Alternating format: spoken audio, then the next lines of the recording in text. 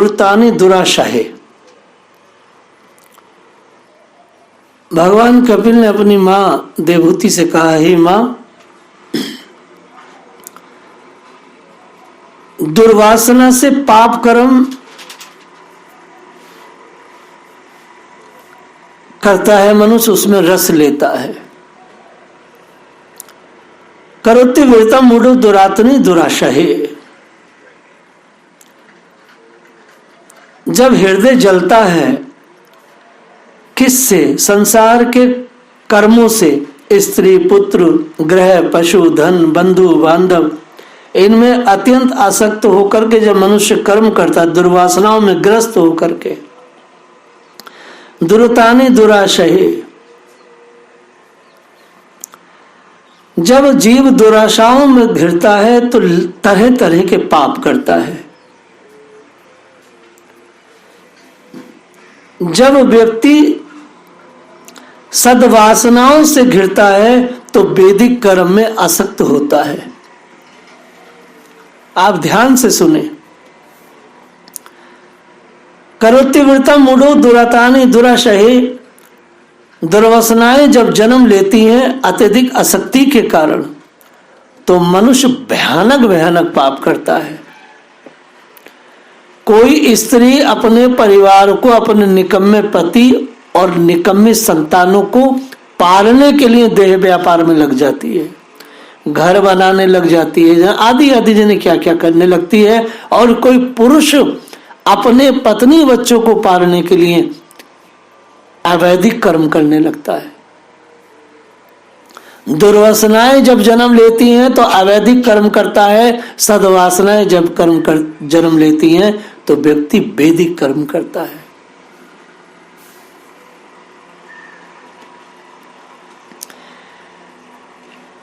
स्त्रीणाम सतीनाम च माया अक्षिप्तम आत्म इंद्रिया स्त्रीणाम सतीनाम च माया और शिशुनाम काल भाषणाम। उल्टा स्त्रियों के द्वारा एकांत में संभोग आदि के समय प्रदर्शित किए हुए कपट पूर्ण प्रेम में और बालकों की मीठी मीठी बातों में मन और इंद्रियां जब फंस जाती हैं तो ग्रस्त पुरुष घर के दुख प्रधान कपटपूर्ण कर्मों में लिप्त हो जाता है। वास्तव में सारा दुख जितना भी है ये संभोग पर आधारित है। संभोग के आकर्षण के कारण जीवात्माएं हमेशा नरकीय सोच में और नरकीय भाव में पड़ी रहती है।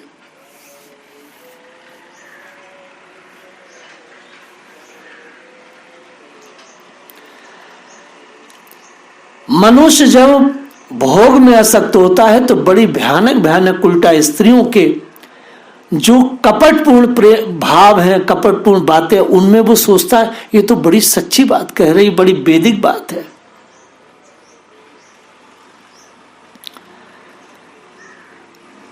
कपट कर्मों में और कपट लोगों में फंसा व्यक्ति, बताओ उसे सुख कैसे मिलेगा माता जी?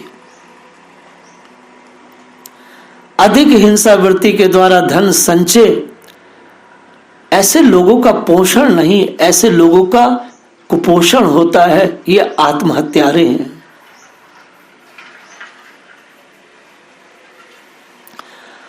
सुखम अनते ग्रही ग्रहेषु कूट धर्मेषु दुख तंत्रेषु तंत्रेषु त इंद्रितः। लगातार भोग भोगते भोगते शरीर इतना क्षीण हो जाता है कि अब ना वो खा सकता है और ना वो ठीक से रह पाता है। ग्रस्त व्यक्ति की एक बड़ी समस्या है, भगवान कपिल कह रहे हैं, वार्त्याम लुभ्य मान्या प्रारब्धाया पुनः पुनः। मैथुनी व्यक्ति का बार बार प्रयत्न करने के बाद भी जब जीविका नहीं चलती है, अर्थात उसका कोई भी प्रयास करे जीविका जब चलती नहीं, तो वह लोभवश अधीर होकर दूसरों के धन की इच्छा करने लगता है। मैंने बहुत सारे भक्तों को देखा, जब उनका काम नहीं चलता तो वो नकली बाबा जी बन के, नकली संत बन के दूसरों के धनों का हड़पने लगते हैं। मंद भाग्य के कारण इसका कोई प्रत नहीं चलता। मंद बुद्धि, धनहीन और कुटुंब का भरण पोषण में असमर्थ हो जाना ही मनुष्य का बहुत भयानक दुख का कारण है। और ये सबका सब उस मैथुनी भाव से हुआ है, व्यक्ति समझ नहीं पाता।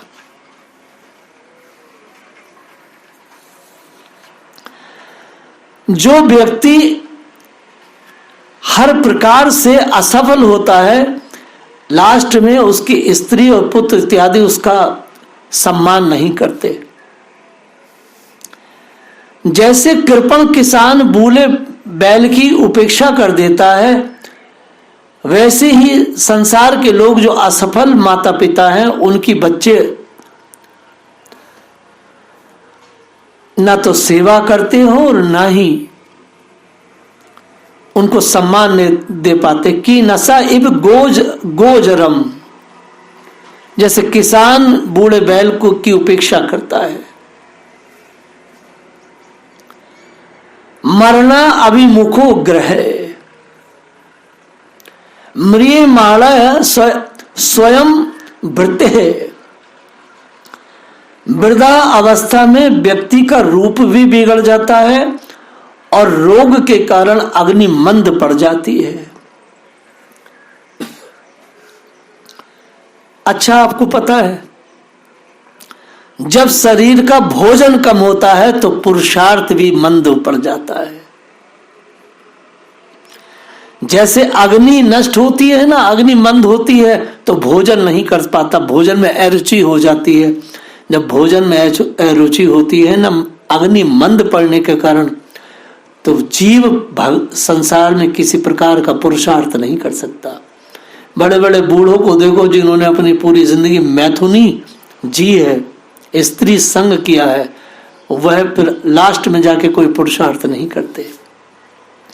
और जो संत है 70-80 साल का भी हो गया है और जिसने ब्रह्मचर्य का जीवन जिया है, वो 80 साल का होने के बाद भी अग्नि मंद पड़ गई है, उसके बाद भी पुरुषार्थ करता है, क्योंकि शरीर में वह वीर्य का रहता है।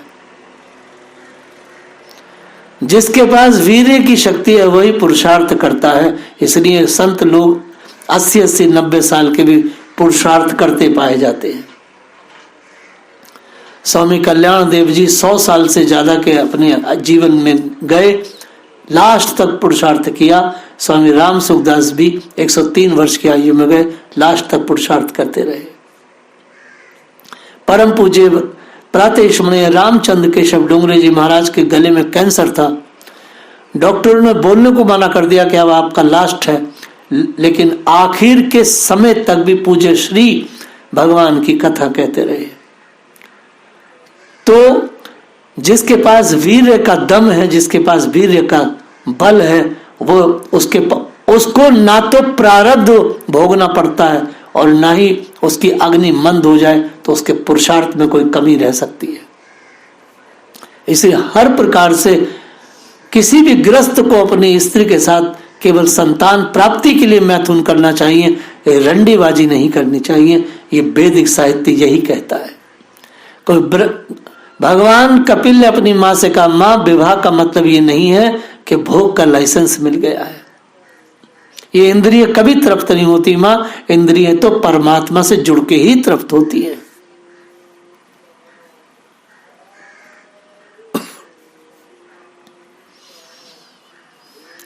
आखिर में श्वास भी नहीं ले पाता अच्छे से।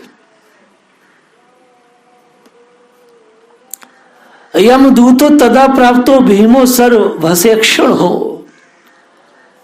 आखिर में मैथुनी लोग जब अपना देह त्यागते हैं और भगवान के दूत, भगवान के जो यमराज के जो दूत हैं इनके सामने आते हैं, तो उनको देख करके मलमूत्र त्याग देते हैं।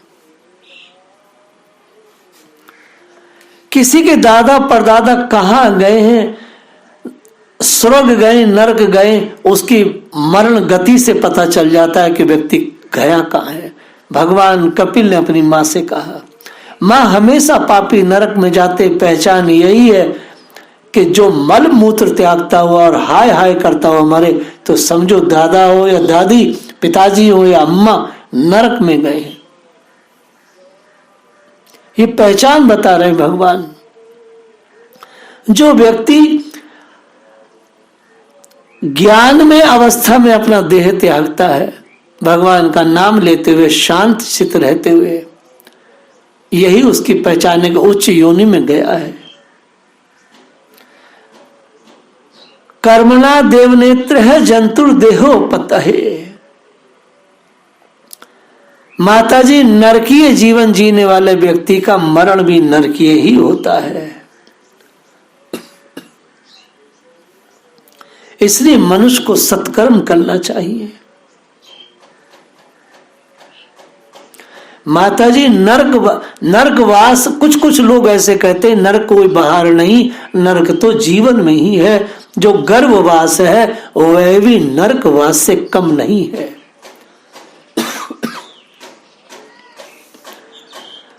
जीव को मनुष्य शरीर में जन्म लेना जब होता है, अर्थात जब जीव मनुष्य शरीर प्राप्त करता है, भगवान की प्रेरणा से अपने पूर्व कर्म अनुसार देह प्राप्ति के लिए पुरुष के वीर्य कण के द्वारा स्त्री के उदर में प्रवेश करता है।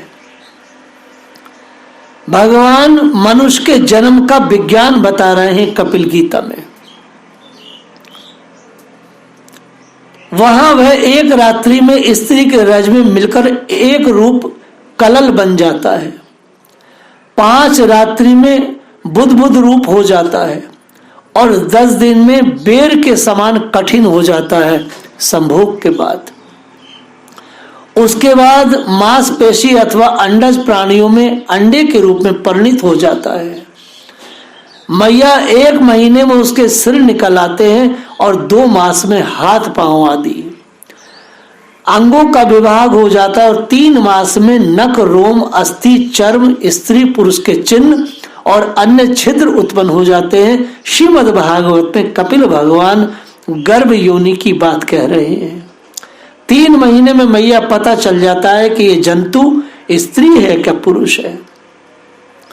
4 मास में मांसादि धातुएं पैदा हो जाती हैं और 5वें महीने में भूख प्यास लगने लगती है। 6ठे मास में झिल्ली से लिपटकर वह दानी कोक में घूमने लगता है। उस समय माता के खाए हुए अन्न जल आदि से उसकी सब धातुएं पुष्ट होने लगती हैं और वह कृमि आदि जंतुओं के उत्पत्ति स्थान और उस जघन्य मलमूत्र के गड्ढे में पड़ा रहता है। वह सकुमार तो होता ही है, इसलिए जब वहां के भूखे और कीड़े उसके अंग प्रत्यंग को नोचते हैं, तब अत्यंत क्लेश के कारण वह क्षण क्षण में अचेत हो जाता है। माता के खाए हुए कड़वे, तीखे, गरम, नमकीन, रूखे, खट्टे आदि उग्र पदार्थों का स्पर्श होने से उसके सारे शरीर में पीड़ा होने लगती है। माता जी, वह जीव माता के गर्भाशय में झिल्ली से लिपटा और आंतों से घिरा हुआ रहता है। उसका सिर पेट की ओर, पीठ, गर्दन कुंडलाकार मुड़े रहते हैं।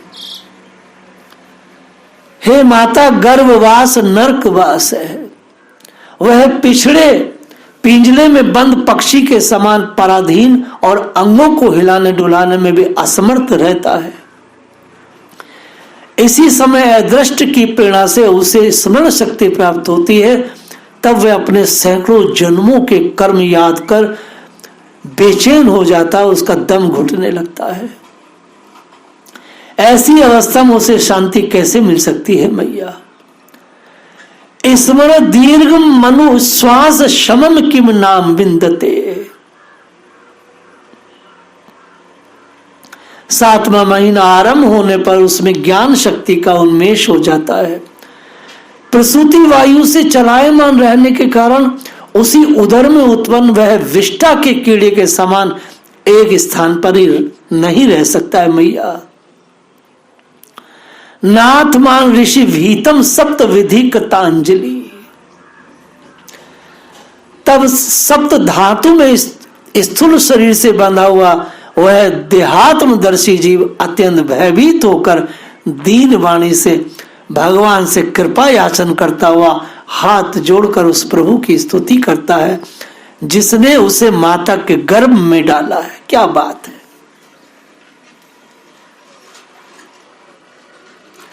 सातवें महीने से जब ज्ञान शक्ति उसे मिलती है और 9वें महीने तक जीव मां के गर्भ में नरक में लगातार भजन बनाता है।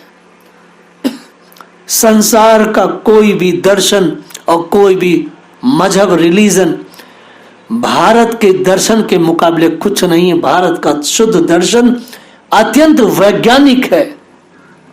वर्तमान में जितने कुत्ते बिल्ली जैसे मेडिकल डॉक्टर हैं, ये हजारों लाखों साल पहले हमारे ऋषियों ने भागवत को जो रचा है और भागवत के जो श्लोक हैं इस पर रिसर्च होती है। अभी वो हमारी रिसर्च पर पहुंचे भी नहीं है। इजराइल की स्त्री जब गर्भवती होती है तो वहां का नियम है शासन का कि स्त्री को पूरे दिन रात मैथमेटिक्स के क्वेश्चन हल करने होते ताकि वो बच्चा सुपर निकले।